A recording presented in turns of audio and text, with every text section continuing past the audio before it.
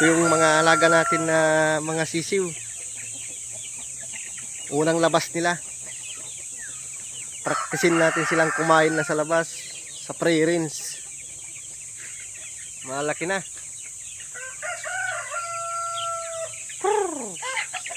Yan, dami na. Malaki na. Ito yung unang labas nila.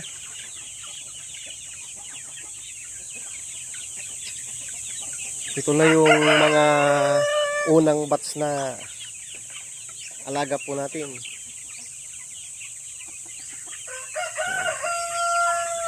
Try natin pakawalan sa labas para mag-exercise na sila. Talagang pang pre-rinse na yung edad nila.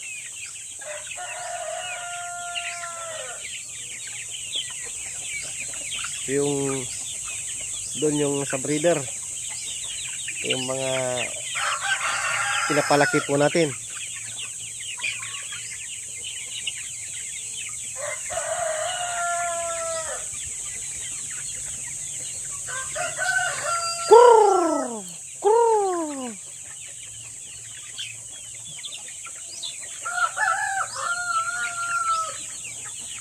Try natin pakawalan sa labas para kumain na sila ng mga damo. Ito yung area para yung mga damo dyan kainin nila sa paligid.